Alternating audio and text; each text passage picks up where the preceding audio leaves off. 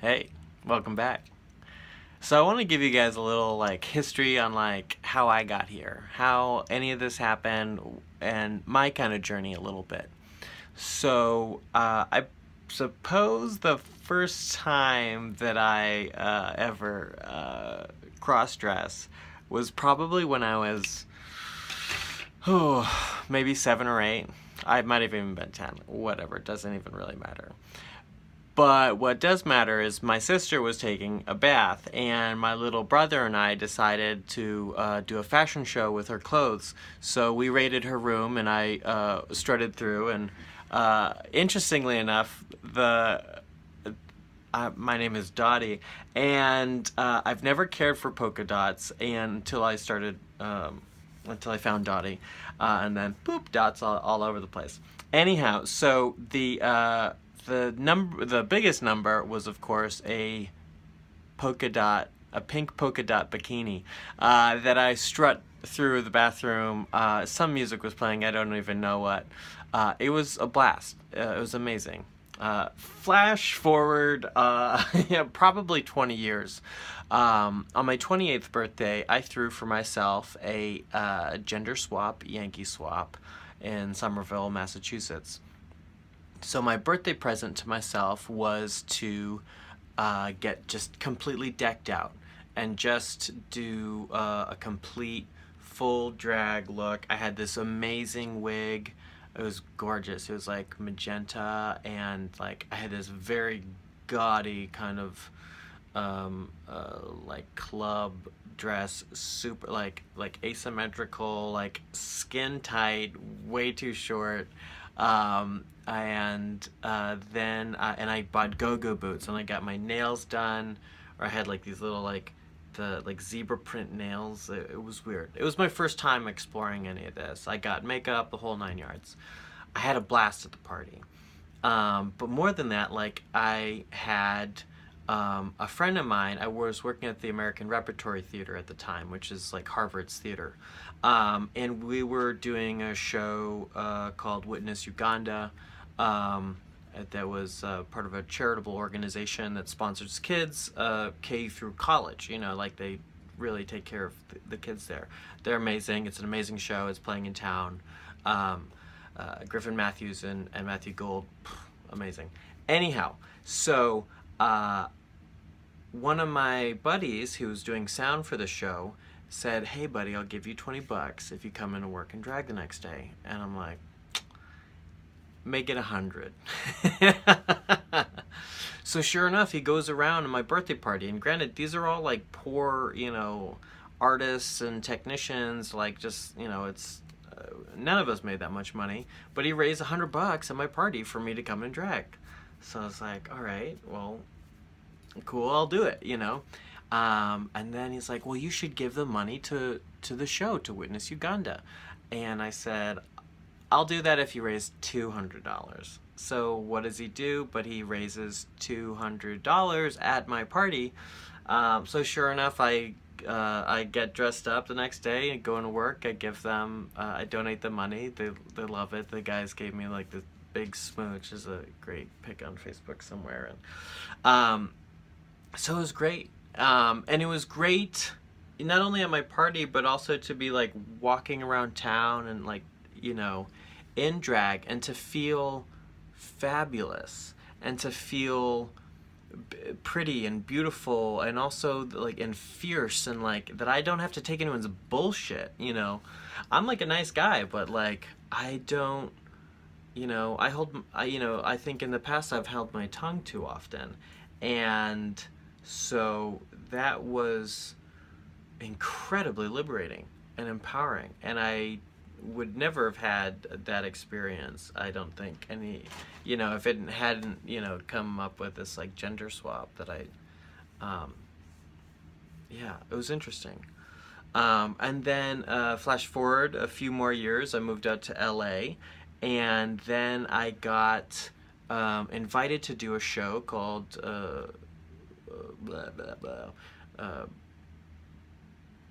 what was it called? Oh my god. It was kind of like the Gong Show. It was called Please the King. That was the name of it. My friend Kevin Krieger it has invited me to come and do a piece. Well, I didn't know what I was gonna do, and then the night of the show comes. I still haven't prepared anything. I look around. What do I have? Well, I've got that same dress from that party. I've got this other like super ratty wig that I saved from the dumpster at EI, Elegance International School of Professional Makeup, when I temped there for like a couple weeks. So I threw it on my bike, rode up there, and did a show as this like kind of like bearded, lady cougar, and it was a big hit. And they kept inviting me back, and then later on, someone invited a friend of mine is involved with a circus troupe down in Austin, Texas, and they had a show for South by Southwest, a group called Crash Alchemy. And so my buddy told me to pitch them Zarate Zalo, who is of the Bourgeois Mystics down there, is amazing. Fucking check them out. I love the Bourgeois Mystics. Anyway, he tells me to pitch them on some characters. I pitch a bunch, one of which is the bearded lady. They love it. I get like a whole, like, fill out the costuming more. I get like these 6-inch like stripper heels. They're amazing. They're super comfortable. Like, they've saved my life. Always get a solid heel, gentlemen, ladies. Solid heel will save your life. The stripper heels, they're phenomenal. They're totally worth every penny. Anyhow, I digress. So I went down, I did the show, I killed it. They loved it, and they kept me on as a bearded lady for several more shows. So I kept on getting dressed up. I kept on, putting on a wig, putting on makeup, wearing dresses, wearing heels, and I just loved it. It was so nice. I felt so comfortable, so at home. It was so fun. Like, I got to try out all these looks, and it was empowering. And I got to be this person that I don't get to be because I'm a man. And I'm a very masculine-looking dude. Like, I am hairy, I am balding, I am bearded, I have a big nose, like, I'm like broad-chested, like big shoulder, whatever. And there are a lot of privileges that come with being a man. Absolutely, especially being a white man, and but there's also some things that most men don't realize that we are missing out on.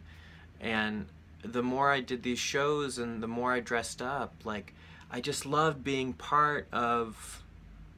I was kind of like, I got to be a sister, like I got to be part of the feminine community, and women would take me in the way that women are so good about helping out other women and making sure, like, oh, your makeup's off, or like, let me get this for you, like, I'll zip you, like, in these little like beautiful ways in which other women, in which women pamper other women and take care of them and make sure that they're safe and that they feel good, and that they're comfortable as much as possible.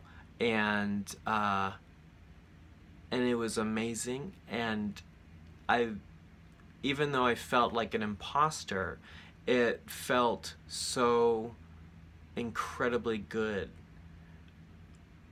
to have people care about me, and like outwardly, and not, it didn't have to be in a romantic way, but like that people would care about how I'm feeling.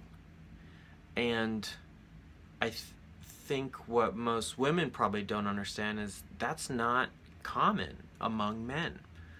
We're not constantly making sure that you feel okay. I mean, yeah, like we might like shoot the shit or say something, like, how's it going? But like, people aren't getting into like real conversations about how they're feeling, or how to deal with it, or what's going on, or anything.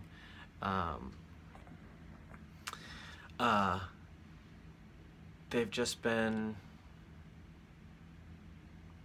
yeah, it's been so nice.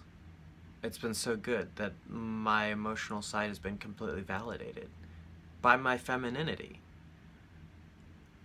and that in being feminine, in expressing in the feminine, I can have feelings, and they're valid, and they're beautiful, and justified, and that it has given me the opportunity to look at myself in a way that I don't think I would be able to do if I was only tapped into the masculine.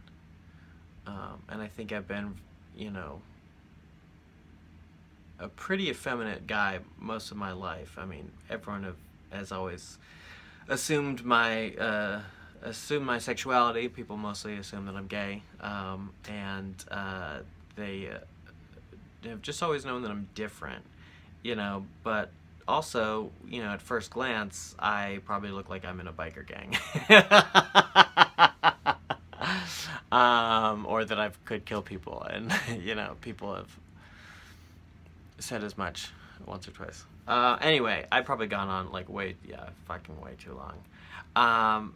End of story. Like, I did it so much, and I came to an event last summer with some friends, and we had a men's circle and a women's circle, and I didn't feel like I fit in either one. Like, I definitely don't like identifying as a man, and I obviously didn't identify as a woman. So some friends and I started a non-binary circle, and it was really great. It was super small. There's only 4 of us, but it felt great to be in that kind of a space, and to be able to talk about both sides, the masculine and the feminine. And this otherliness. I think there's a third part. There's like something that's outside of gender. And anyway, one of the questions I was asked was, if you had all of the resources and none of the fears, what would you do differently? And I said, I'd wear a dress every day. That's what first came to mind. And I don't think I actually need to wear a dress every single day. I mean, it'd be kind of nice maybe. But it was something that made me realize that, like, this is something more than a performance. Like, I want this to be part of my lifestyle. And sure enough, I asked a friend of mine that night if I could wear a wig, because he had a bunch of wigs, and he had this. He gave it to me. He's like, "You can have it. It's yours.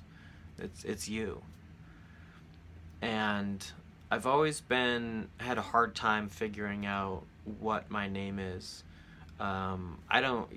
People ask me my name, and sometimes I introduce myself as Mike or Michael or Soldati, or, you know, Michael Soldati, you know, however, and I haven't really ever cared.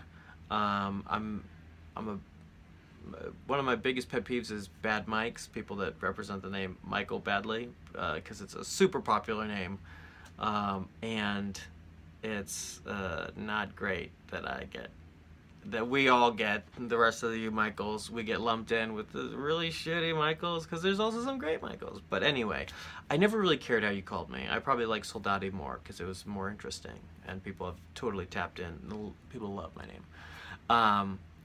But I found Dottie that night. And I don't know how or why or when. It just but at some point that night the name came to me. And it all made sense. Yeah. So I'm Dottie. Thanks for watching. I'll catch you on the next one.